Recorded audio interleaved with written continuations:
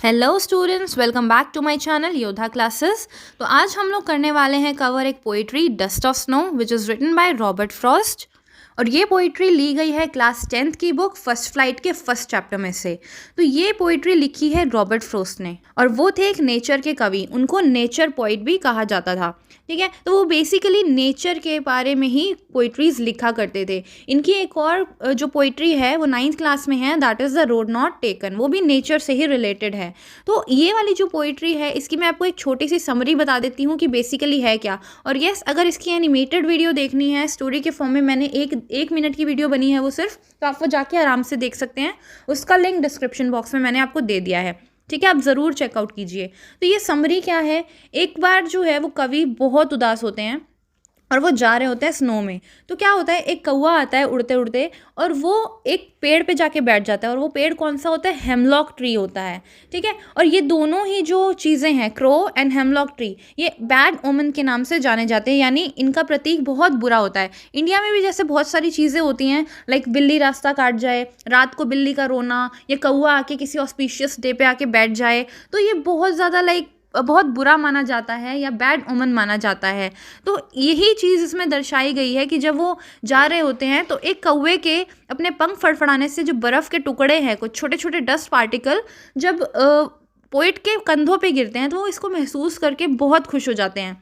और वो ये सोचते हैं कि चलो मेरा बाकी का दिन बच गया। कहने का मतलब ये कि जो कुछ बैड चीज़ें होती हैं वो भी कभी कभी अच्छी साबित हो जाती हैं। तो हमें कभी भी किसी को जज नहीं करना चाहिए। जैसे क्रो है, क्रो भी एक बैड ओमन के नाम से ही जाना जाता है। तो हम स्टोरी एक बार लाइन बाय लाइन भी देख लेते हैं। The way a crow shook down on me, the dust of snow from a hemlock tree। यहाँ पे 4 लाइन्स है। इसमें क्या बोल रहा है कि जिस तरीके से कौवे ने हिलाकर मेरे ऊपर गिरा दिए जो स्नो के कुछ कण, जो कहाँ बैठा हुआ था, हेमलॉक ट्री पर। शुक क्या है यहाँ पे, पास्ट टेंस है शेक का, और शेक का मतलब क्या होता है, हिलाना। अब यहाँ पे ये नहीं बताया गया कि उसने क्या चीज़ हिलाई। उसने अपना सिर भी हिला सकता था, सिर की मूवमेंट कर सकता था, अपने फेदर की मूवमेंट कर सकता था, या फिर जब वो उड़ के आया तो उस उड़ने की वजह से उसके जो ऊपर बॉडी पे डस्ट पार्टिकल्स थे स्नो के, वो हेमलॉक ट्री पे बैठे बैठे कवि के ऊपर गिर गए। ठीक है, तो अब नेक्स्ट 4 लाइन्स क्या बोल रहा है, has given my heart a change of mood and saved some part of a day I had rued।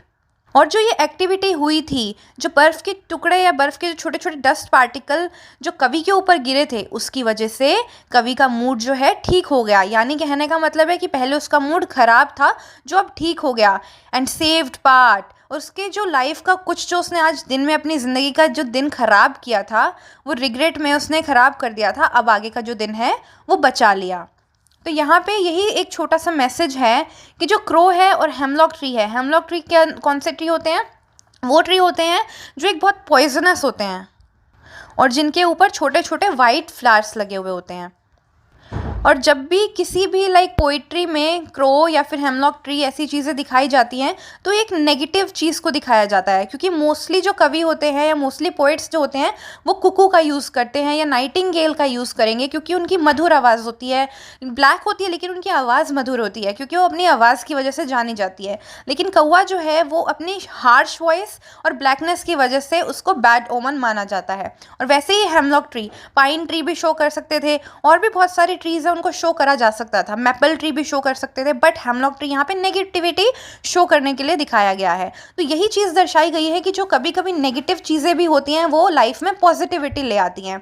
तो कभी भी ऐसा नहीं सोचना चाहिए कि हाँ ये चीज़ मेरे साथ नेगेटिव हो गई है तो बुरा हो गया। नहीं, जो होता है अच्छे के लिए होता है, इसलिए हमेशा नेगेटिव चीज़ों में भी अपनी पॉजिटिविटी ढूंढने की कोशिश करनी चाहिए।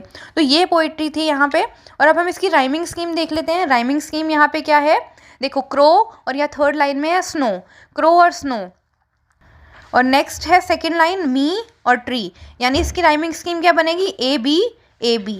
और नेक्स्ट 4 लाइन्स में क्या बनेगी, हार्ट और पार्ट, मूड और रूड। तो इसमें क्या बनेगा, सी डी सी डी। ठीक है, तो ये इसकी राइमिंग स्कीम हो गई। अब जो इसके इंपॉर्टेंट क्वेश्चंस हैं वो मैं नेक्स्ट वीडियो में आपको दिखाऊंगी। साथ ही साथ जो इसके नीचे एनसीईआरटी के क्वेश्चन दे रखे हैं वो भी आपको बता देंगे कि क्या क्या क्वेश्चन है, और सारे इंपॉर्टेंट क्वेश्चन इसके बता दूंगी। और इसकी एनिमेटेड वीडियो का लिंक डिस्क्रिप्शन बॉक्स में है, तो वो ज़रूर जाके देखिए ताकि आपको ग्राफिक्स के थ्रू पता चल जाए कि ये स्टोरी क्या है। सो थैंक्स फॉर वॉचिंग, मिलते हैं हम अपने नेक्स्ट वीडियो में।